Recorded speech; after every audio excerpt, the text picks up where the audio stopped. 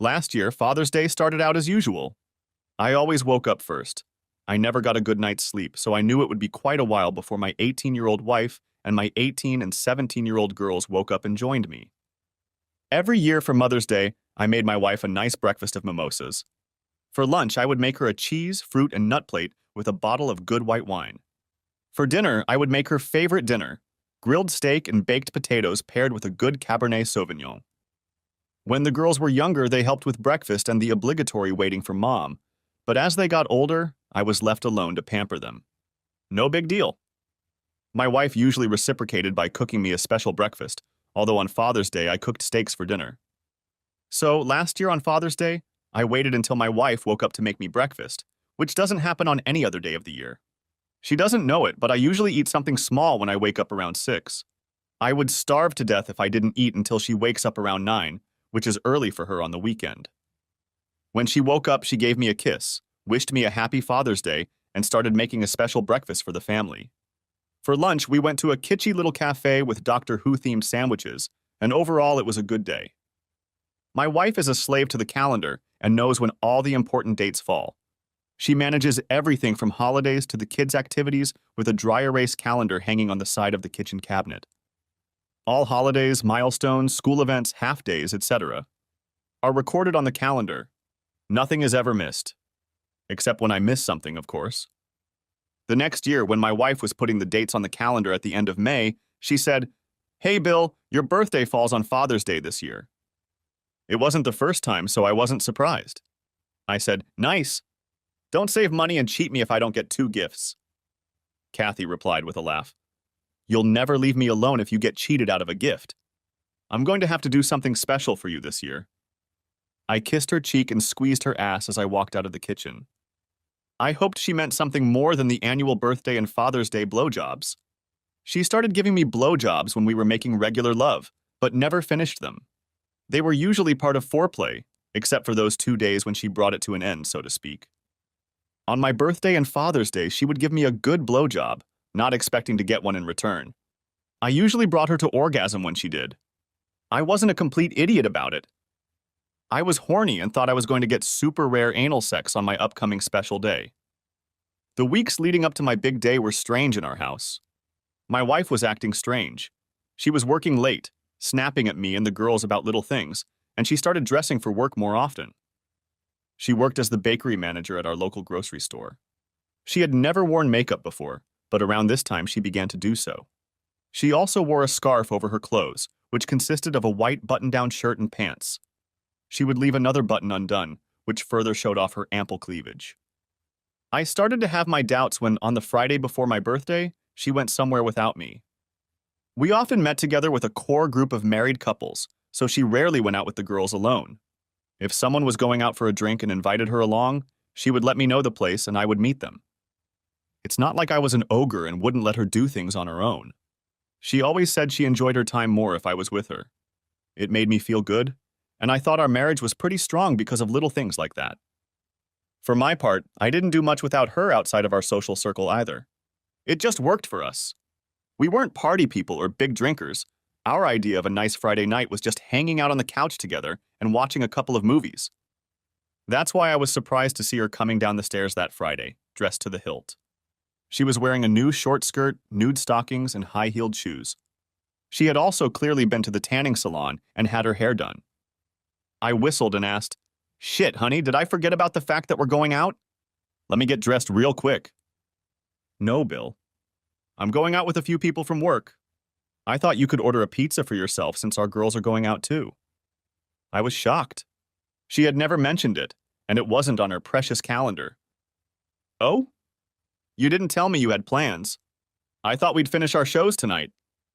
A look of fear appeared on her beautiful face, but then she pulled herself together and softened. "I'm sorry, babe. I was just asked today."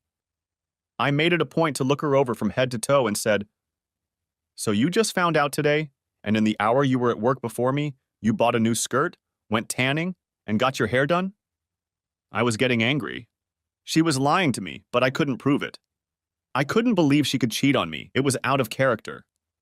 She was the epitome of a suburban soccer mom's wife and mother. Our sex life was great. We still made love several times a week. She had no reason to cheat on me. She snapped back.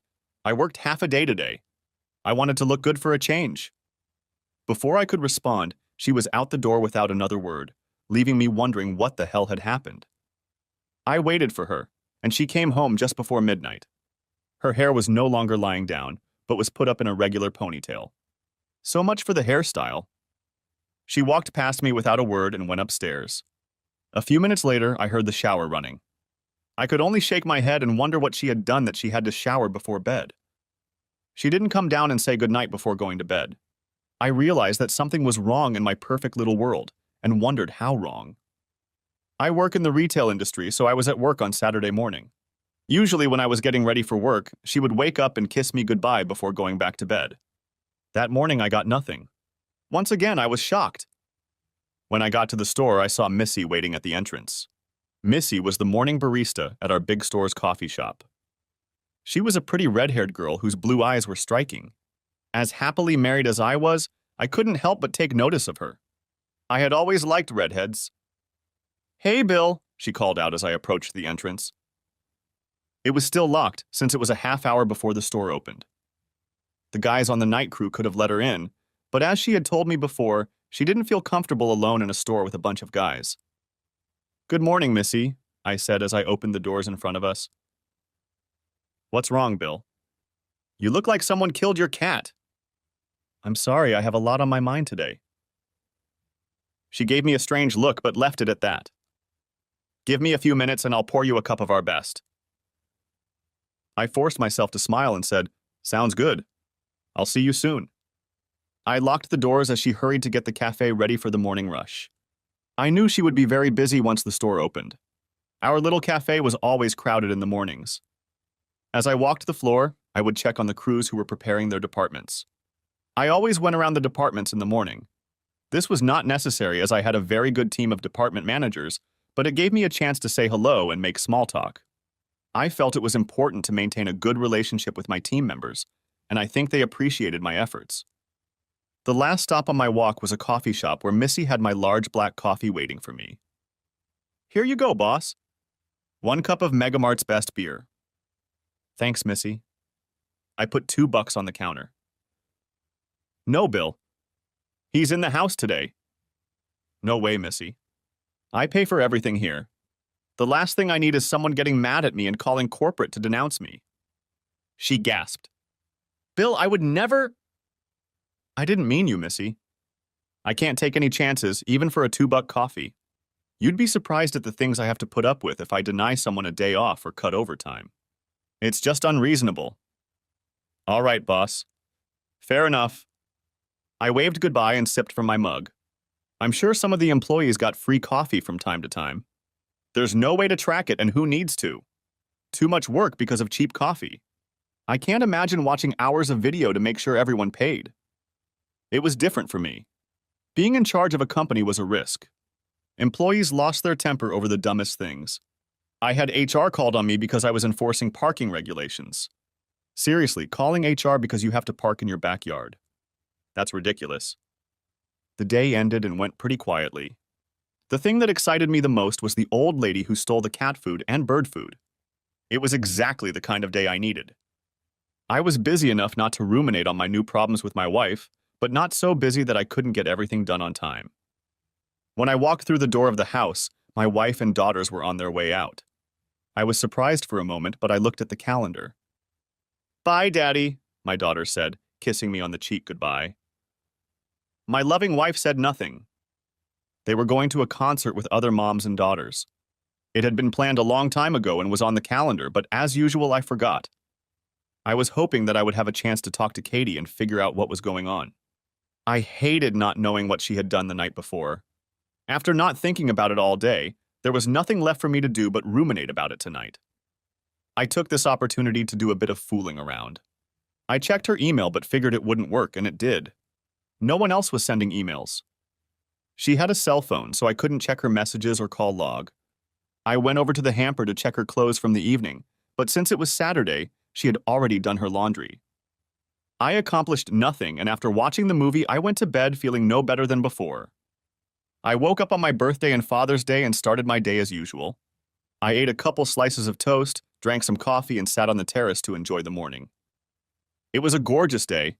I enjoyed the birds chirping and wondered what this special day had in store for me. Around 9, I went into the house to refill my coffee and was surprised to see that my wife and daughters were already up and packing lunch. "What's going on?" I asked, wondering why they didn't make me get ready to go somewhere. My daughter Jill said, "We're going to the beach." "Oh," I said, and went upstairs to get dressed for the lake. As I was putting on my shirt, I heard my daughter Jenny yell out, "Bye, Daddy!" "See you later." The door slammed shut, and I looked out the window to see my wife and daughters leaving. I couldn't believe it. I didn't expect the girls to remember my birthday. I had to remind them of their mother's birthday and Mother's Day, but I couldn't understand Katie not remembering. I walked down the stairs and heard my cell phone ring. I rushed over there, hoping they understood and were going to tell me they were coming back for me, but no.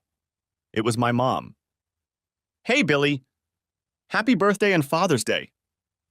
"Thank you, Mom." "Kathy has big plans for you guys today?" "No. She took the girls to the beach a few minutes ago." "Really? That's not like her. I'd bet she'd make you a delicious breakfast and make this day special for you." "Yeah, I honestly don't know what's going on right now. She's been acting weird for weeks now." "Well, don't make a fuss. She probably has something special planned for later. I've got to get to church. Love you, Billy." "Love you, Mom." You had to love my mom. She was an eternal optimist, and she loved Kathy as if she were her own flesh and blood. She and Kathy had visited each other regularly since my dad had died a few years before. Kathy wanted to make sure that Mom wasn't too lonely. I was standing there wondering what the hell was going on with my marriage when the phone rang again. It was my assistant, Anne. "Bill, we had an incident at the coffee shop this morning." "What's wrong?" "Missy was on the stairs when she was pushed by a customer. She lost her balance and fell." "Oh my God!" "Is she okay?" "They took her to St. Alex's Hospital to get x-rays. She might have a broken arm or something." "Damn!" "Poor girl. Do you have a shift?" "Yeah, it's all set. I just didn't want you to catch me off guard tomorrow. I'm sorry I bothered you on Father's Day." "Don't worry about it, Anne. Thanks for calling. I was hoping Missy would be okay." I fiddled around the house for a while and, figuring they weren't coming back, headed to IHOP for breakfast. It turned out to be a mistake for my state of mind. The wait was long, and everywhere I looked there were families. Happy families celebrating fathers and grandfathers. I left before I started crying. I made my way through McDonald's and got a big breakfast of coffee and orange juice. The pancakes were surprisingly tasty as I sat in the park and ate with a plastic fork and knife. I looked out at the small lake I used to take my girls boating on when they were little. They loved the water. Whether it was swimming, boating, or even fishing, they loved being on the lake. As they got older and almost went to college, they lost interest in fishing, and looking back, I think they lost interest in spending time with me at all.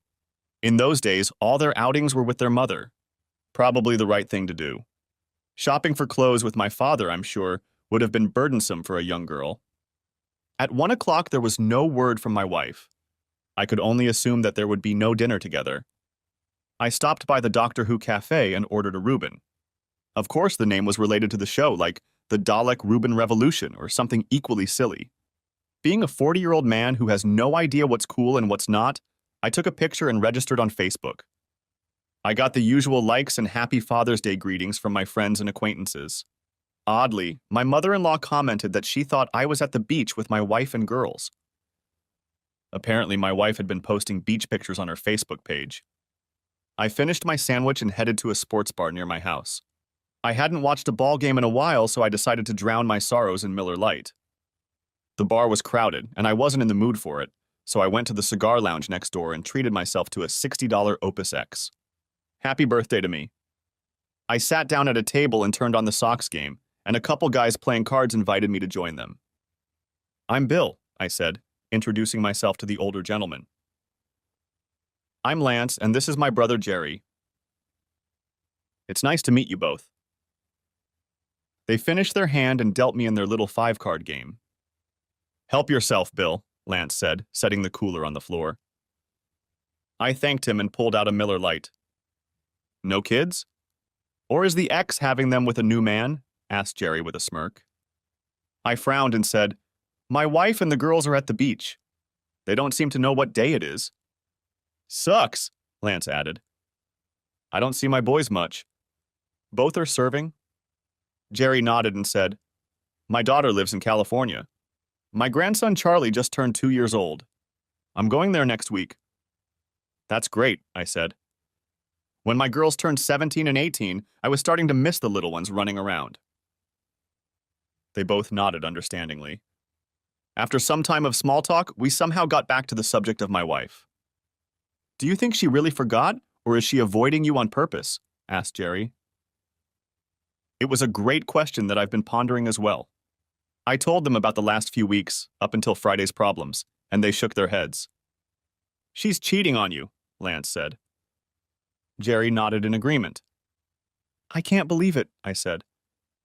But as soon as he said it, I realized it was the only explanation that made sense, and I tried to believe it wasn't true. Look, Bill, Lance said. I've been through this before. The changes in behavior, the sudden night out in slut clothes, the disrespect. I've been through it, buddy. My wife fucked a coworker a couple times, and when I found out about it, I divorced her. Biggest mistake of my life. What? Snapped back at me. She cheated on you. How is divorcing her a mistake? In my opinion, there were no excuses. Treason is the end of a marriage, plain and simple. Period. End of story. Bill, I was broke for 5 years paying her child support and alimony. I missed her every damn day, loving her across town in my lonely apartment while she was alone in my house. She may have cheated on me, but at that moment I was too arrogant to forgive her. It's been 7 years, but we got back together after I pulled my head out of my ass. We're happy now. Jesus, I said. Giving her body to another man is the biggest insult and disrespect my wife is capable of. If what you say is true and she's having an affair, then she's either so involved with her lover that she's forgotten my birthday, or she's purposely blowing me off. Either of those options is unacceptable. Lance shook his head. Bill, trust me. If you really love her, find a way to forgive her. You'll be better off in the long run. 40-year-old guys don't get second chances at love. Thank you, Lance. You've given me a lot of food for thought. I may have said that, but what I was really thinking was that he was crazy. There was no way I could forgive her for cheating on me, and no way I could stay married to her. I shook both men's hands, wished them well, and left. As I sat on the couch browsing Facebook, it was almost dinner time. I saw my daughter's and wife's posts with pictures of their happy day and was saddened even more. Screw it, thought I. I needed to man up and stop acting like a lost child. My wife forgot my birthday. It happens. She forgot Father's Day. What's the difference? What mattered was that I was sure she had cheated on me on Friday night, and probably many times in the previous weeks she had acted strangely. Having her rub it in my face was supposed to be her ultimate goal. Well, she finished it well. It was time to get ready for the rest of my life. I decided to go out to dinner at my favorite restaurant. I knew it would be a long wait, and that was okay. I didn't have anything to do. So I took a shower, put on my sport coat and slacks, and went to get a steak. I was sitting at the bar of a steakhouse waiting for a table when an older man sat down in the empty seat next to me. He saw my bottle of champagne with one glass and frowned. Fortunately, he didn't say anything, just ordered a martini. As the bartender was filling my glass, the man apparently couldn't resist asking, "Are you celebrating alone, or am I taking someone else's place?" "No," I said, "it's okay. I'm alone here." He nodded and took a sip. He must have been in sales because he couldn't sit still. He said, "Yes, I'm waiting for my 3 generations of red rage. My wife is helping my daughter who broke her arm today. I guess she doesn't take well to having to do everything with her left hand." He laughed and continued, "You just don't expect your grown children to break bones. I thought those days were behind us." I agreed with his opinion and nodded. Looks like I'll be cooking on my own for a few weeks. My wife will have to take care of Missy and Mia and leave me alone. I popped my head up. "What did you say?" Before he could answer, a little girl shouted from across the room, "Grandpa!" and rushed across the crowded bar. The little ball of red curls jumped into his lap and showered the man with hugs and kisses. A moment later, I heard, "Bill!" I turned and saw Missy, and who I assumed was her mother, standing next to me. Her mother was a perfect portrait of her. Except for a few wrinkles around her eyes, they looked exactly alike. "Hey, Missy. How's your arm?" "It's okay. I'm on strong painkillers, so I don't feel anything special. It hurt like hell when they put it in, though." Missy introduced me to her parents, Jack and Mary, and then to her adorable little girl, Mia. "Where's your wife, Bill?" she asked. "I don't know. She took my girls to the beach this morning, and I haven't heard from them all day." "Really? On Father's Day?" "Worse, it's also my birthday today." "Oh my God! She blew you off on your best day of the year? What's her problem?"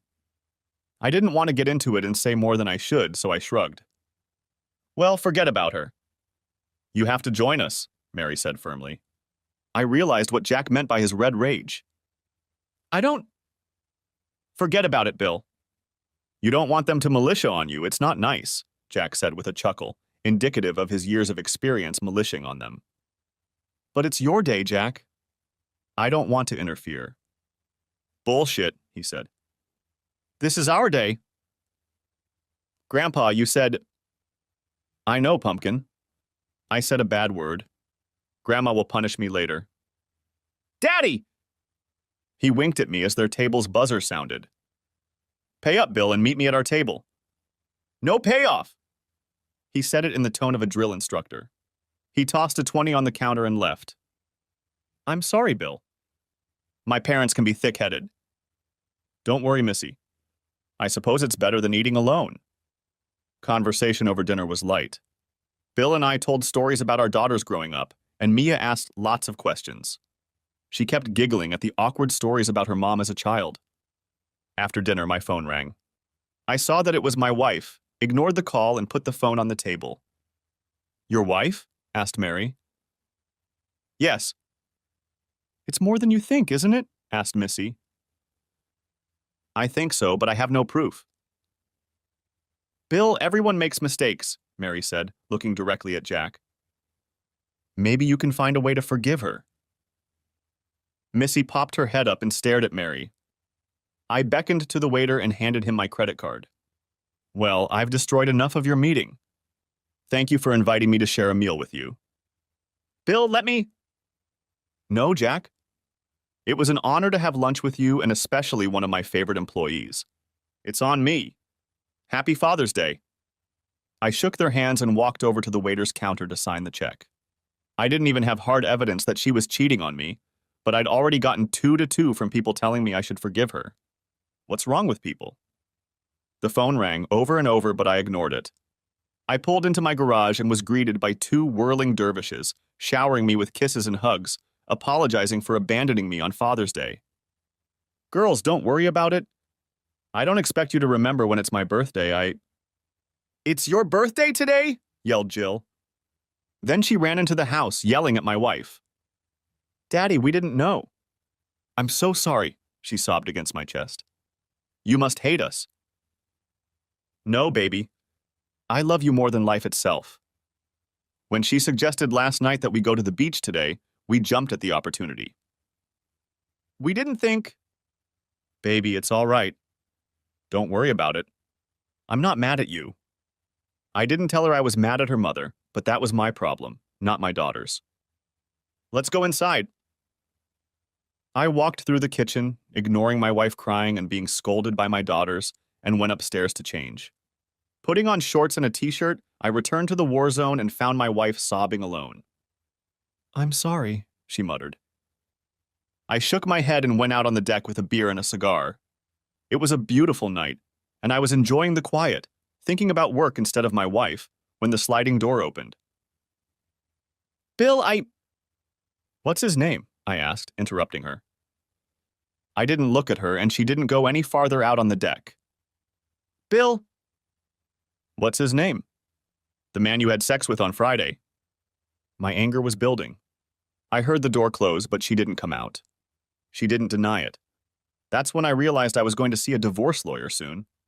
Almost 20 years of marriage gone. What a stupid woman I'd married.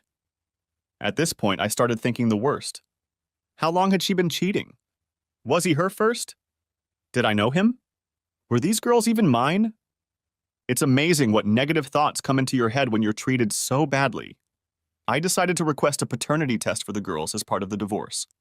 It would not only be for my peace of mind, but also for Katie's embarrassment. I spent the rest of the night researching divorce laws online and then fell asleep on the couch. That's how I spent my birthday. I woke up at 5 in the morning. I found Katie in my bedroom, sound asleep, curled around her pillow. The funny thing was that she looked peaceful, unlike how poorly I had slept. Her body was naked and her ass was showing in her panties. She was so beautiful. Too bad she wasn't mine anymore. I would have missed her body. I grabbed what I needed and took a quick shower. I managed to escape without waking her, but Jill was waiting for me in the hallway. How bad is it, Dad? I sighed. This is as bad as it can get. Can you forgive her? I mean, it's just one day's oblivion. Honey, she didn't just forget my birthday or Father's Day. She cheated on me. She sighed. No, Daddy. She wouldn't. She had to do it, but I won't accept it. Think about it. The last few weeks she's been acting strange. Friday night, after getting a tan and getting her hair done, she went out dressed like a whore. That was definitely not for me. She shook her head. Babe, she avoided me all day Saturday and Sunday. She clearly had either guilt or hatred for me and didn't want to be around me at all. When has she ever taken you to the beach without me? It's always a family excursion. What if it's not an affair? What if it was just a one-time thing? Can't you forgive her for one time? I doubt that's true, honey, but look at all her actions. For once this weekend, has she acted like she loves me? Daddy, you didn't see the look on her face when Grandma called her to ask why she didn't call Grandpa to wish him a happy Father's Day. She dropped the phone and yelled, "No!" So loud we thought Grandpa was having a heart attack or something. He's okay, Dad. Mom sobbed on her knees until we lifted her up and sat her on the couch. She kept saying over and over that she loved you. Honestly, Jenny wanted to call an ambulance for her. She thought she was going to have a breakdown. We calmed her down and managed to get her to call you. Jill, I don't know what you want me to say. She doesn't love me. You can't cheat on your spouse and love your spouse. That's not an act of love, that's selfishness. Love must be selfless. When she became intimate with another man, she discarded me. She hugged me and cried. I'm going to assume it wasn't some random guy she picked up at a bar. She must have flirted or accepted his flirting with her. There must have been intimate touching, perhaps kissing and caressing, all of which preceded her first sex with him. All of these actions leading up to sex are a betrayal to your spouse. You can't be in love with someone and show someone else intimate affection. Please don't divorce her. I have to go to work. I'll talk to you later. She walked into Jenny's room. I'll be sure to tell her about what we talked about. There would be no more secrets in our family. I wondered how much longer we would be a family. I knew Kathy would be too busy at work to try to call or text me, so I was calm most of the day. The only thing that made the day not quite normal was filling out the corporate forms related to Missy's accident. She would be compensated for her vacation, and I hoped she wouldn't be too worried. I didn't know anything about her personal life, except that she wasn't married. She came in to sign the forms and fill out the accident report. I wrote it for her, as she is not good with her left hand, and she signed it. How are things at home? She asked. Not really. She didn't deny it when I told her about her affair. Shit, Bill. I'm sorry. I'm sure you don't want to know my life story, but I understand how you feel. My ex-husband cheated on me while I was pregnant. I kicked him out before my daughter was born. My mom was furious. She basically called me a throwaway. Jesus. I thought it was weird when your mom mentioned last night that she forgave my wife. She was looking right at your father when she said that. Yeah, I noticed that too. I'm not sure who exactly, but it makes me think one of them was cheating. I'm sorry. You shouldn't. They seem happy, so they're free to live as they please. I prefer never to trust a liar. Me too, I said firmly. Kathy wasn't home when I got home from work. She was probably having sex with her stud, and I was pissed. I got back in the car and drove the 2 miles to her grocery store. I saw her car in the parking lot, and to my surprise, I saw her sitting in it with a young man. When I stopped in front of her car, she noticed me, and I saw her yell, "No!" She opened the door, but I had time to leave. If she was going to cheat on me, he could have taken her. I'm done. I drove home and ran upstairs to pack. I planned to stay in a hotel until I found an apartment. Before I knew it, Jenny and Jill were crying and begging me to stay. Sorry, girls, but your mom was just about to cheat on me when I caught her. She was in the car with some guy when I pulled up beside her. Dad, this has to be a mistake. Girls, I know what I saw. She had a man in her car. Why would she stay after work and have a man in her car if she wasn't going to take him somewhere? She can't say they were just having lunch. There is no innocent explanation for her sitting in the back parking lot after work with a man in her car. Daddy, please don't break up our family, Jenny sobbed. Honey, your mother ruined our family. It's not my fault. I hugged them and kissed their cheeks. I love you, girls. I'll be in touch every day. I left them crying in the bedroom and went to the garage. As I drove out of the garage, I was almost hit by Katie, speeding away. I shook my head and drove on. The next week was nothing short of pure hell. I refused to take my wife's calls, and for the first 3 days she called me every hour on the hour. She must have taken a week's vacation because she couldn't call from the shop floor and had to be on the job site all day. She left countless messages begging me to call her. I deleted every one of them. After those 3 days, my mother, mother-in-law, both daughters, and Kathy's sister begged me to talk to her. They all said it wasn't as bad as I thought, but every time I asked them if she had cheated on me, they wouldn't answer. They all knew she had. They just wouldn't admit it. I stopped taking everyone's calls. I told my daughters I would talk to them, but their mother was not to be mentioned. I had to hang up twice before they believed I was serious. At the end of the week, I met with a lawyer. I wanted to just split the house in half. She could own the house until the girls moved out. Then we would sell it.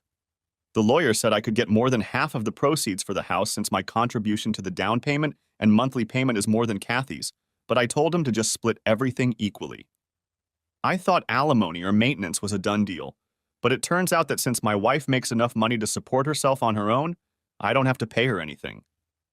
That was the best news I've heard in a while. I don't have to pay her to fuck her lover. The only catch was that I had no proof of her cheating. The judge might not allow it and reduce it to irreconcilable differences, and I'd have to prove that we were trying to work things out. I'd take my chances. My attorney was preparing to file for divorce, and life went on. There would be no forced mediation or counseling. There would be no lawsuits for alienation of affection. There would be no drawn-out fight. The split was fair, and any judge could see that even blindfolded. But nothing comes easy. What she could do was fight. When she was handed the papers, she unleashed her family barrage on me again. Turns out she only f***ed a guy once that Friday before my birthday, or she convinced everyone that she did. I was labeled as the bad guy because I wouldn't let her explain. As if any explanation would have been acceptable. My mother basically called me a wuss because I didn't fight for my marriage. My mother-in-law told me that we are even because I too broke my vows by not staying with her during the hardest times. My daughters told me that I should stay in the family because our divorce would scar them for life. It was unreal. I hadn't done anything wrong, but I was being accused of divorce. It got to the point where I asked my daughters to give their saliva for a DNA test. They refused until I lied to them and told them it was a court order. Kathy wrote me a letter that was mailed to my store. I read it, and it said she was caught up in a kid's attention to her. I say kid because the bastard was only 21 years old. They'd only had sex once in the backseat of his car, and sexually he'd turned out to be worthless. Like the fact that he turned out to be a loser was supposed to fix everything? She also said that when I caught her in the car with a guy, I told him privately to never talk to her again. It didn't matter. She cheated on me once and once was enough.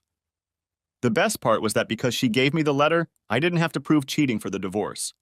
She did it on her own. That meant I didn't have to file an irreconcilable differences claim and prove that we were trying to work things out. Karma was finally on my side. She tried to resist the divorce, but when the judge saw the terms I proposed and her letter confirming the infidelity, he approved it. I was supposed to be divorced in 60 days. And so I found myself alone on an island of desolation. For refusing to talk to her, I was labeled as immature and an asshole. It got to the point where my mother and my daughters stopped talking to me. It hurt, but I was on the side of righteousness, and if they didn't like it, well, I called my daughters every day. They never answered, but I left voice messages telling them what was going on with me and asking what was going on in their lives. I didn't let them blame me for our lack of communication. I continued to make every effort and get in touch with them, whether they wanted me to or not. One thing that changed was that I started having coffee with Missy on Sundays. It started innocently enough when we ran into each other at a local coffee shop. She and Mia lived in the neighborhood and were out for a walk. I invited them to join me and told her about my suffering while Mia watched cartoons on my iPad. "I'm sure your daughters will come around, Bill," she said. "They're young, impressionable, and living with your wife. There's no telling what nonsense she's put in their heads." I hope you're right. I just hope they're not too far gone. I miss them like hell. The next week, I walked into the same store at the same time and was reading when I heard, "Hey, stranger." I smiled and invited them to join me again. "Is this normal for you, or are you stalking me?" she asked with a smile. "No, I live nearby and I like to have a cup of coffee and read on Sunday mornings. It's kind of lonely at home, so I come here." She sipped from her cup and we chatted about the neighborhood until we parted ways. It wasn't a conscious decision to meet every Sunday, but we did. I enjoyed her company and little Mia was a delight. The day the divorce became final, I knocked on the front door of my old house. My wife answered, and it was obvious she was crying. She didn't say a word, just invited me in. "Are the girls home?" I asked. "They're watching the musical at school." "I know why you're here. I expected you to come tonight." "Really?" I asked with a smirk. "You waited until it was too late to stop it, didn't you?" "Yes," I said. "I knew you would beg and plead and tug at my heart trying to make up, and I couldn't let that happen. You broke my heart, and there's no way I'm forgiving you." "Damn it, Bill. It was one time. One bad mistake. Why couldn't you forgive me? Why couldn't you find a way to stay with me? Didn't you love me as much as I loved you all those years ago?" I laughed. "Did you love me when you flirted with your douche? Did you love me when you avoided me all weekend and left me alone on my birthday? If that's your idea of love, you're beyond help." "I never wanted this to happen," she sobbed. "I never wanted a cheating whore as a wife either, but here we are, we met." She gasped and started to speak before I interrupted her. "Katie, not only did you break my heart, but you turned my mother and my daughters against me. I will never forgive you for that either. It's your fault for acting irrationally." I got angry and said, "If you don't make my mother and my daughters apologize to me and make things right, I will tell every man you date that you are a cheating whore. I will try to ruin every relationship you have in the future because you ruined mine. I don't need anyone else." Wrong answer. I guess I'll have to find other ways to hurt you and embarrass you. I got up to leave and she grabbed my arm. "It's not my fault. You can't blame me." "Oh no? Did I cheat on you?" "I don't think so." "You know what's really disgusting? You allow your daughters to grow up believing that cheating on their husbands is acceptable. Because of your behavior, they'll go into adulthood assuming you're a saint and I'm a sinner, and it's okay because it was a one-time thing. Well, f it. I'm not going to go down because some asshole made you feel sexy." I pulled her hand away from mine and said, "Rotten hell for leaving our marriage. Just having sex with you, whore." I left her crying and wasn't upset about it. A few weeks later, Missy knocked on my office door. "Got a second, Bill?" "Sure, come on in." I frowned as she closed the door, expecting something bad to happen now. "Bill, does the company have a rule against dating other employees?" I hated it when she asked me that. I was hoping I'd be able to ask her out. Looks like I was too late. "No. We have a strict sexual harassment policy. This policy protects just about anything that can be damaged by a failed relationship between coworkers, and if two people can't work together after a breakup, it's their fault, not the company's." "Good. That's exactly what I was hoping for," she said, placing a folded piece of paper on my desk. "What's that?" I asked. "My address and phone number. I look forward to seeing you tomorrow night for dinner. Mia will be joining us." I smiled and agreed. Good. You're a good man, Bill. You deserve to be happy, and I want to give you a second chance at happiness. She popped out of my office with a cute spring in her step, and I looked forward to our dinner. Hey, it's Dad. I hope you and your sister are doing well. Business as usual in my world, except a woman at work asked me out to dinner. Well, anyway, I love you and miss you. Please call me soon. Bye. I knew this message would cause some problems, but I didn't care. I needed to move on, and I was glad to see that Missy had taken over, as she had before. Missy was a beautiful woman with an even more beautiful character. Her daughter was very well developed and adorable, and I had already met her parents. I felt like I was finally ahead of the curve. Only 15 minutes had passed when Katie texted me, "I can't believe you're already dating. You're a real bastard." I laughed when I read this. I never realized how delusional she was. To think that I would sit there and worry about her was insane. Maybe some guys would mourn the loss of their marriage at the hands of a cheating wife, but that wasn't me. At 41, I was young enough to find love again. Hell, I was young enough to have more kids if I wanted to. That was worth thinking about. Missy was in her early 30s. She might want to have more kids. I knew it was too early for such thoughts, but as a single mom, these things were probably high on Missy's list of potential suitors. I'm sure she was looking for a husband, not a toy. Though I certainly didn't mind being her toy. I hadn't gotten laid in months. The next evening, I showered and shaved after work and dressed casually. Looking in the mirror, I didn't mind what I saw. I was in good shape with no extra wheels or love handles. I had a full head of brown hair that had yet to show gray. I had a great job that paid well and had money in the bank. I considered myself a pretty good catch for any woman, let alone a young one like Missy. That's when I realized I had no idea how to date someone. When you are married, you are always together and know everything about each other. There was no problem holding hands or kissing. When you came home after a night out, you knew sex was just around the corner. The status quo was comfortable. Oh my God! I had to relearn how to have sex. I knew every point on my ex-wife's body that gave her pleasure. I just had to hope that the next woman I had sex with liked the same thing, or at least had a good relationship with her. I was afraid I wasn't ready to date and regretted getting into the dating scene so quickly. I knocked on the door of her house with a bottle of wine, flowers, and a stuffed animal. I decided it wouldn't hurt to gain Mia's favor. When she opened the door, I was shocked by what I saw. Her curly red hair was loose around her shoulders, and she was wearing the perfect amount of makeup. She was wearing a roomy sundress that came down about 4 inches above her knees, showing off her beautiful legs. She was barefoot, and her toes were painted a hot pink color to match her fingernails. She laughed and asked, "Do I pass the test?" "God, yes," I said, before I could take back my words. She laughed even harder and took the flowers and wine from me. "Mia is watching TV. Go tell her hello. She'll love the bear." She left for the kitchen and I knelt down next to Mia. "Hi, sweetie. I brought you a bear cub." She looked at me apprehensively and then lit up the room with her smile. She held out her hands for the bear and ran to show it to Missy as soon as she picked it up. It brought back fond memories of Jenny and Jill at the same age. I realized how long it had been since we had talked to them, and I missed them even more. "What's wrong?" asked Missy, breaking me from my thoughts. I smiled forcibly and replied, "Nothing. I was just thinking about my daughters when they were Mia's age." "Is it really that bad?" she asked. "They still won't talk to me. Kathy has turned them against me, and I can't change their minds. But I'm still trying. I leave them messages every day and I'm not going to stop." "I'm so sorry, Bill." "I know this is terrible for you. Every day. But I know they listen to my messages. I told them about our date tonight, and Katie texted me to tell me I was an asshole for getting to the point so quickly." "Sorry, that's not too fast, is it?" She bit her lip and looked pretty damn cute while doing it. "Maybe," I answered honestly, "but I'd be happy to find out with you."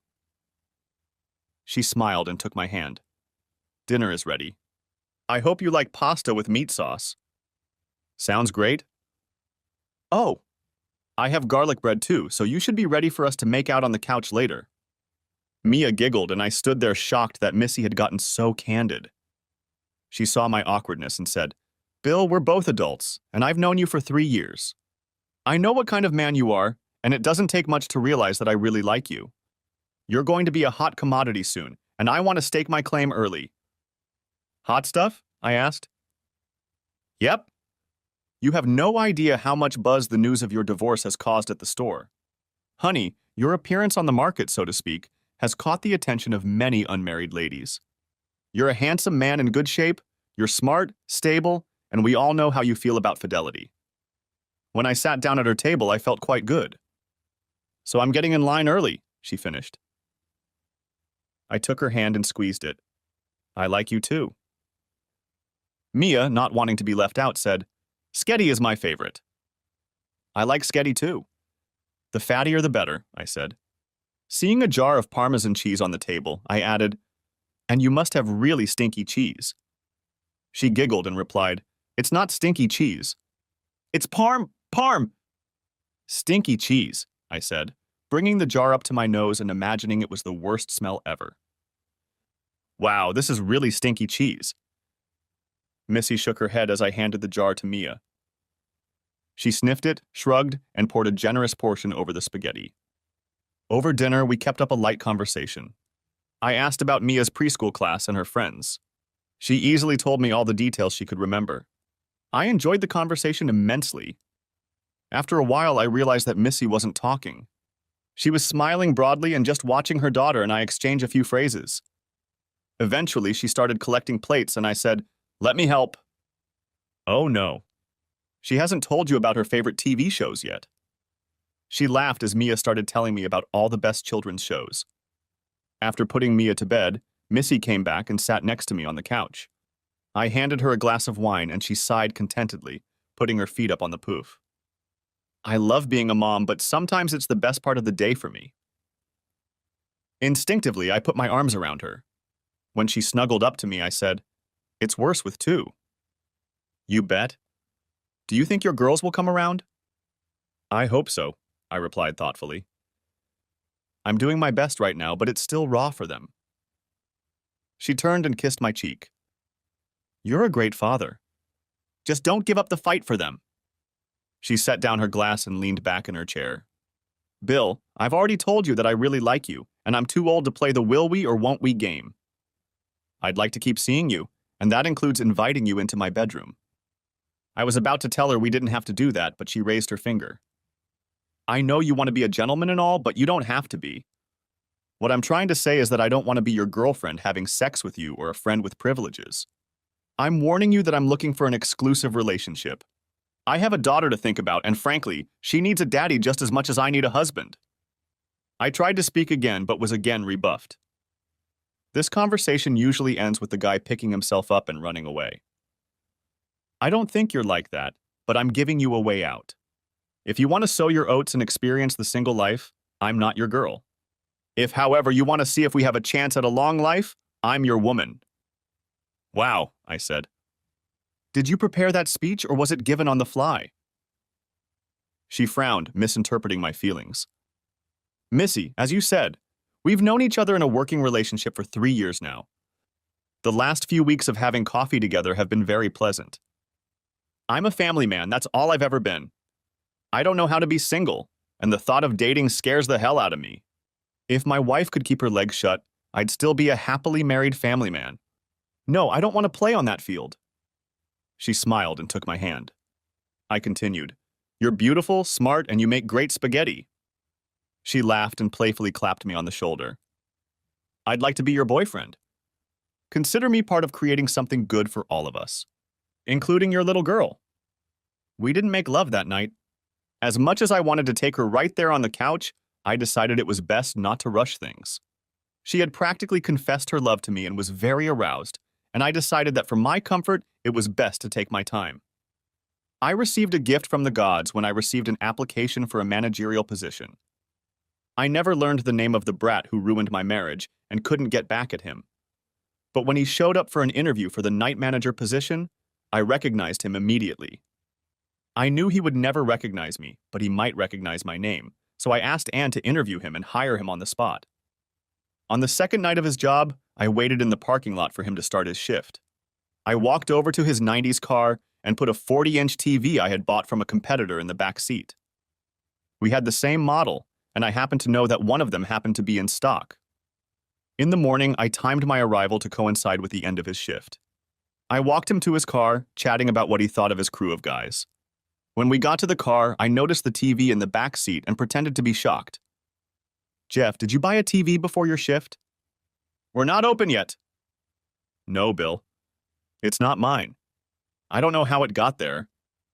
"Jeff, I think we need to go back to the store." "Bill, you have to believe me." "Check the cameras." I shook my head and said, "Okay. Bring the TV." We went back to the store and the baby was scared to death. At one point, I thought he was going to cry. We didn't have night security because since the store closed for the night and had a night crew working there, we didn't need it. We had cameras everywhere and only one place the cameras could be turned off. Only the managers had the key to that room. The camera was pointed at the door to the room, but it was above the doorway to the stairwell. I mentioned this to security a few years ago, but they never fixed the problem. Then I easily opened the door to the stairwell, walked over and covered the camera with a piece of black duct tape. I then disabled the security camera system. Well, technically I shut down the computer that controlled the system. When I brought him into the room and he saw that the computer wasn't working, he panicked and continued to plead his innocence while I called the police, as per the rules. When all was said and done, the guy was convicted of a misdemeanor and got no jail time.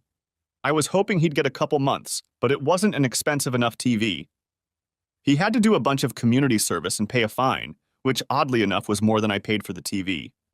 With a felony on his record, he'd also have a hard time finding a retail job. That made me happier, but still not worth the risk I took. The corporation increased security by installing cameras in the parking lot. They were long overdue. He was so stupid he never realized I did it.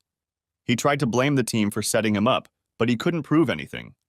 They didn't miss him when I fired him. On a chilly Saturday morning, a week after dinner with Missy, I saw her waiting in the car to stay warm. When I parked next to her, she met me at the door and greeted me with a kiss. "Are we still having dinner tonight?" she asked. "Absolutely." "Okay.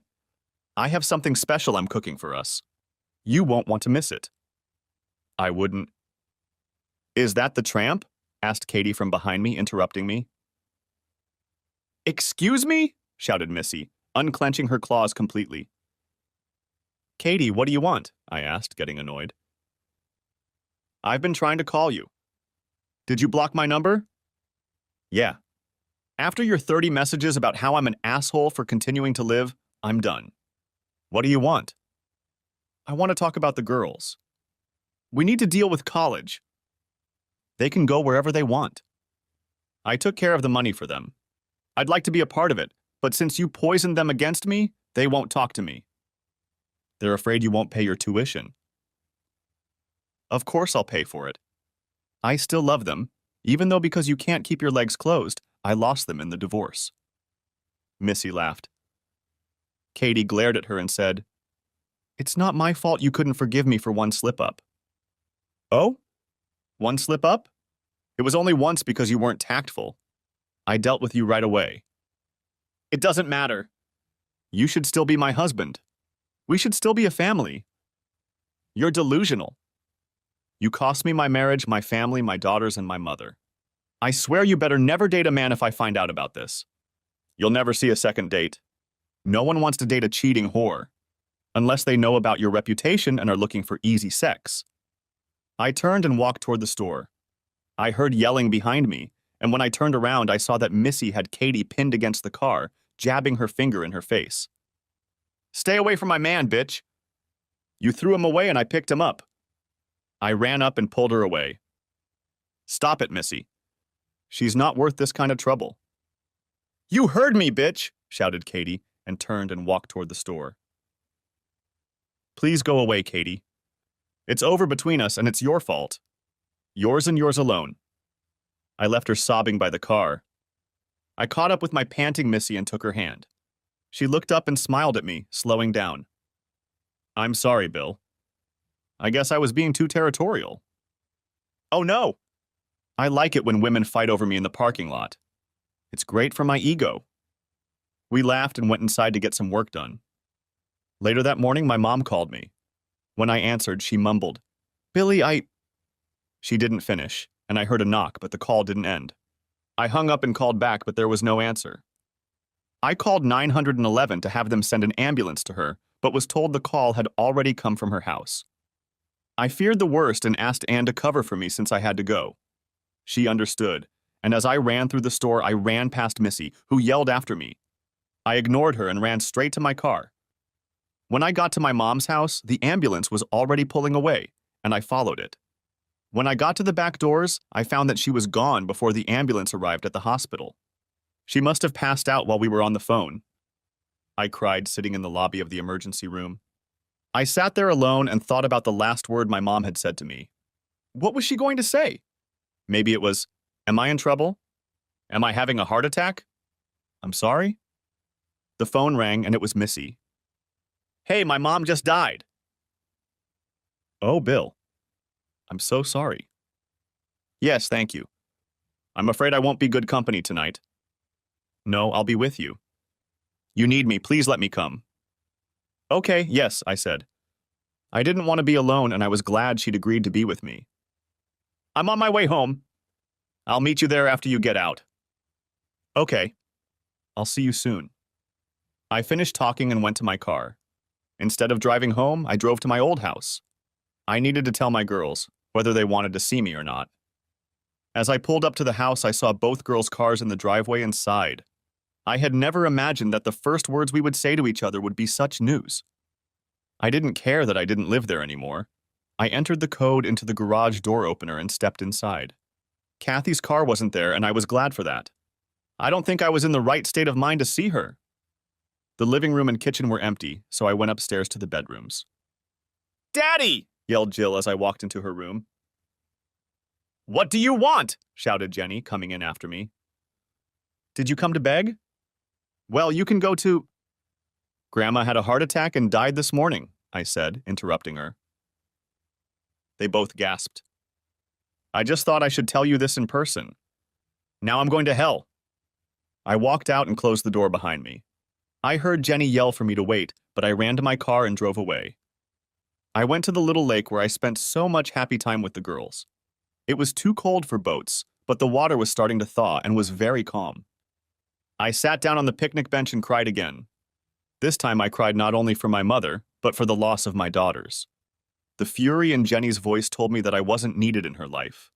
She didn't need to tell me to go to hell. Her tone said it all for her. I wondered if I'd made a mistake along the way. Not with Katie, but with the girls. What had I done so wrong that made them hate me so much? Katie was the one who ruined our marriage. Why can't my daughters understand that?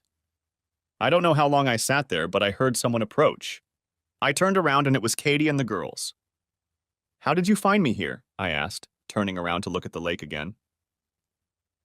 "You didn't turn off the synchronization of our Find a Phone app," Kathy said. "Bill, I'm sorry about your mom." "Yeah?" I spat. "Do you regret her death or the fact that you turned her against me and she died without ever making up?"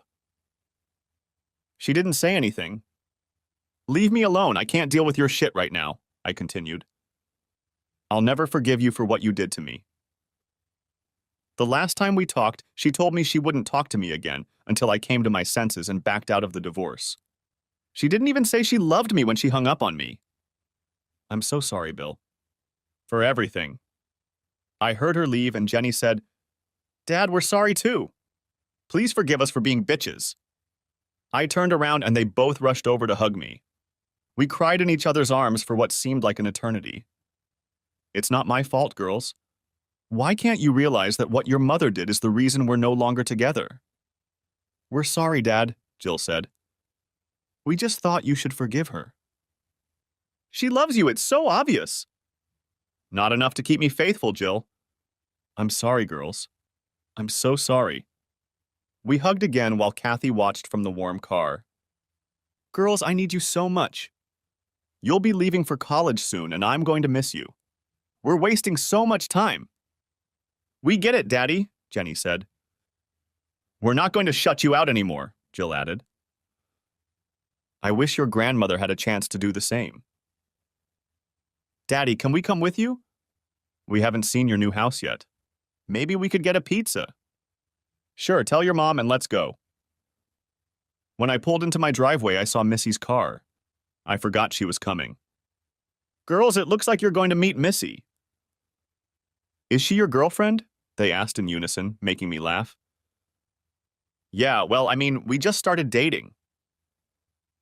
Look how he's blushing, Jenny. It's so cute. They jumped out of the car and were at Missy's door in a flash. They peppered her with questions, and I could see that Missy didn't understand what was going on. Girls, leave her alone. Carry her into the house and I'll introduce you all. They kissed me on the cheek and scurried off to my garage, and I walked over to a shocked Missy. Sorry about that, I said when she opened the door. She smiled radiantly and kissed my cheek. Your daughters? Mm-hmm. Come on, you'll be formally introduced. I wish I knew, dear. I must look awful. I laughed and replied, You're fine. They'll like you. Jenny, Jill? I want you to meet Missy. They hugged. Jenny, as usual, cheekily declared, You're super hot. Jill jumped up and said, Good for you, Daddy. Missy laughed and I was too shocked to say anything. Hey, let's take a quick look around the house, and then I have some things to take care of for Grandma's services. Bill, I'll order some pizzas while you show them around. Sounds good to me, darling. You read my mind. Oh, the girls cooed. I shook my head as Missy smiled. I decided that I would wait until the next morning to call and spread the word about my mom. I'll write an obituary in Monday's paper and post details of the service on Facebook after visiting the funeral home on Sunday. After dinner, we sat around and spent hours telling Missy stories about my mom. My girls, not so innocently, added a few embarrassing stories about me to keep Missy more interested. It wasn't my fault the pier was wet and I fell in the lake, I swear. Before I knew it, it was 10. Girls, time is slipping away from me and it's getting late. They frowned and asked, Can we stay the night? I don't have beds for the guest rooms yet. Tell you what, I'll pick you up in the morning and we'll go out to breakfast, okay? If you don't mind, I could use some help figuring out what to do with Grandma's stuff too. Of course, Dad. We'll help if we need it. Thank you. Missy, do you want to go for a ride? Or do you need to go home to Mia? She's staying with my parents. Jill jumped up. Who's Mia? Mia is my 4-year-old daughter. They both squealed, and Jenny said, Oh my God, I can't wait to meet her. Missy laughed at their excitement and said, Someday soon, I promise. Okay, let's go. They're great girls, Missy said, as we sat on the couch shortly after returning to my house. I'm glad you were able to get back together with them. I sighed. Me too. I just wish it didn't require my mom's death. She snuggled into my arms and I fell asleep with my arms around her. When I woke up in the morning, she had covered us with a blanket and was still snuggled up against me. I missed being so close to someone. I kissed the top of her head and said, I'm sorry I fell asleep on you. She moaned, stretching. It's okay, baby. You've had a very emotional day. Would you like to join me and the girls for breakfast? Only if I can take Mia with me. My parents have plans for this morning. Of course. My daughters will like her. Since we needed to pick up Mia, I asked my daughters to meet us at IHOP. When I walked in holding Mia's hand, my girls rushed to her. Within seconds, Mia was in their arms, twirled in the air, and then they tickled her and covered her with kisses. She squealed and giggled the whole time with a huge smile, to the point of yelling, I have to go to the bathroom. The girls said in unison, We'll take her, and scurried off to the bathroom. I don't know, Missy. Do you think they'll get along? I asked with a smirk. She playfully clapped me on the shoulder and kissed my cheek. I hope it stays that way for years to come, she said. She was set for the long term, and technically we only had one date. It was a little unnerving, but I was confident I could handle the feeling. As we ate, Mia and my daughters talked nonstop about everything. I could see in my eyes that Mia loved to talk, and not just about herself. She asked so many questions about my daughters' lives that I think even my girls were surprised. My daughters were neighborhood babysitters, so interacting with young children was their forte. They knew all the hot kids shows and movies, and Mia ate them out of the palm of her hand. They also got along well with Missy. There was no hostility or display of anger when I dated her, which shocked me. They refused to talk to me for months after the divorce, but as soon as they met my new girlfriend, they immediately became best friends? I didn't understand that, and I'm going to have to try and get some sort of explanation from the girls. After making dozens of phone calls, starting the long process of cleaning my mom's house, and visiting the funeral home, I was finally able to sit down and relax. The girls got back to my house for dinner, and Missy and Mia split off in different directions after breakfast. Missy decided it would be too emotional for us, and wanted to avoid the discomfort of Mia asking questions about everything while we sorted things out at my mom's house. "Daddy, are you in love with Missy?" asked Jenny suddenly. "We've only seen each other a couple times outside of work. It's a little early to call it love." "Okay, Dad," Jill said like I was an idiot. "Have you seen those good old cartoons where the girls' eyes flutter open and they fold their palms against their cheeks as they look at their prince?" I nodded, taking a bite of a slice of pizza. "Well, she practically has hearts floating around in her head when she looks at you and flaps her eyes," Jill said. Before I could deny that she liked me, they looked at each other, turned to me and said, "We like her." I went from excited to see my daughters to angry. I threw my piece on my plate, wiped my hands, and went to the sink. Leaning on the counter facing them, I tried to calm down. "Daddy?" asked Jenny. "Girls, how can you break my heart all this time and now sit there and tell me you like my girlfriend?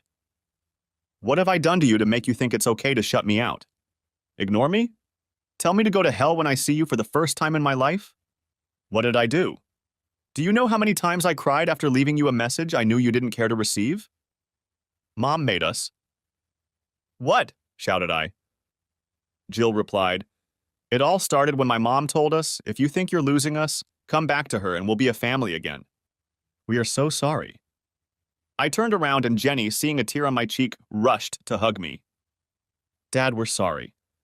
After it didn't work, she told us that you left us and weren't going to pay for college because we wanted you to stay with her.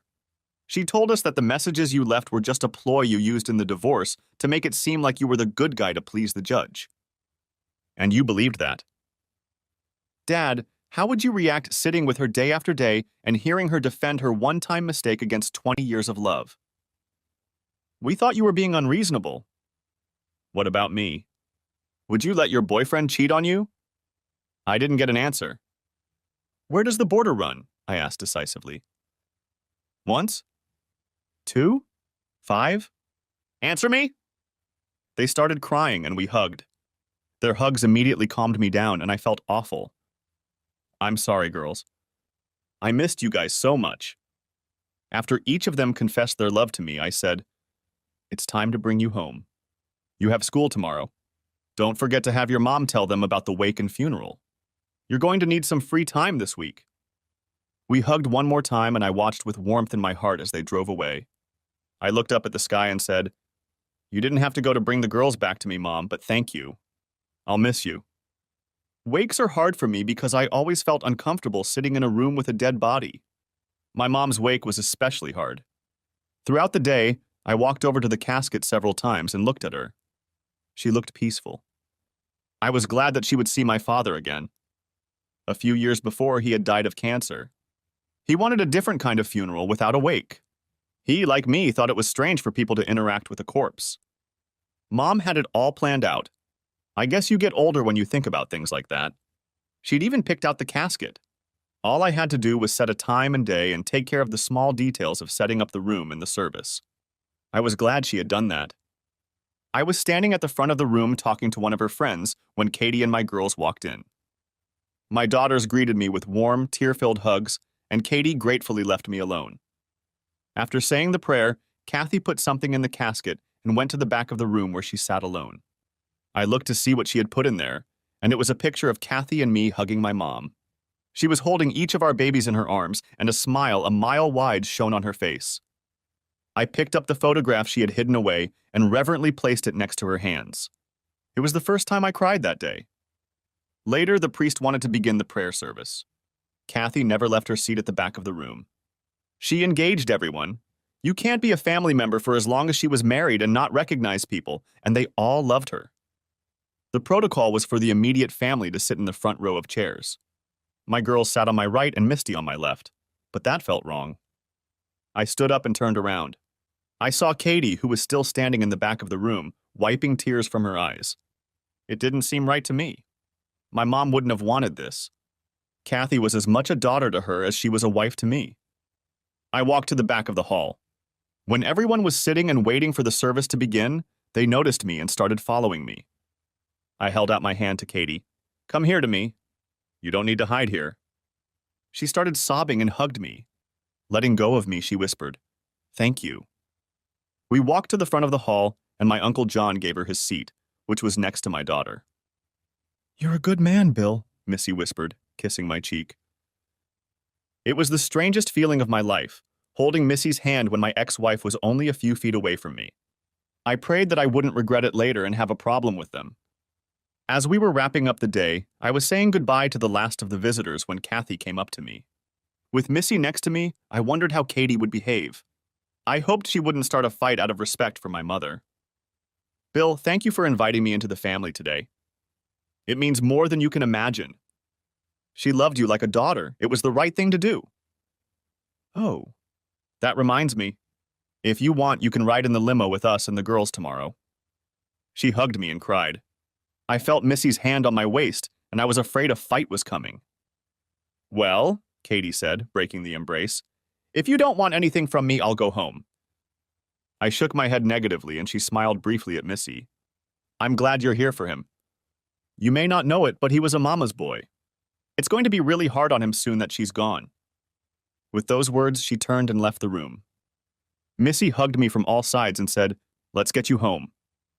I threw my keys in my locker and made my way to the kitchen, glad the day was over.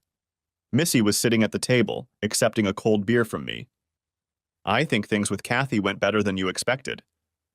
"You handled it well," she said as I enjoyed my cold Sam Adams. "Yeah, I'm glad. I was really expecting her to start something with you." "Well, I'm sure the girls helped with that. We just need to get through tomorrow and we'll be fine." I hoped she was right. I don't know why I got the uneasy feeling that Katie wouldn't be able to handle dealing with Missy. I guess I'm just paranoid. "Will you stay the night with me?" I asked. She smiled and took my hand. "You couldn't kick me out even if you tried." We didn't make love, but she was spooning with me, and it was the best sleep I'd had since the divorce.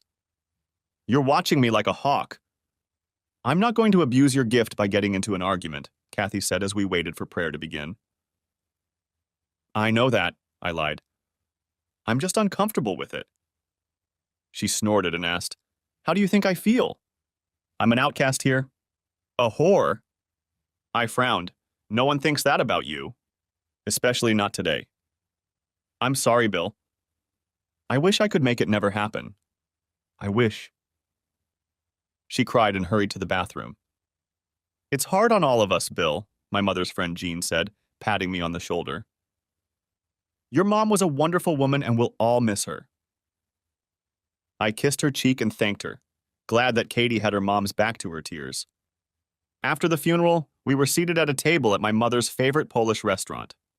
The room was full, and Kathy looked uncomfortable as she searched for an empty seat. I approached her again and led her by the hand to the table where Missy and my daughters were sitting. "Kathy, we will always be a family no matter the divorce. No matter where we sit, you will always be welcome." A tear rolled down her cheek as she sat up and thanked me. I don't know when I got over it, but I felt like I'd finally forgotten the pain she'd caused. Life went on.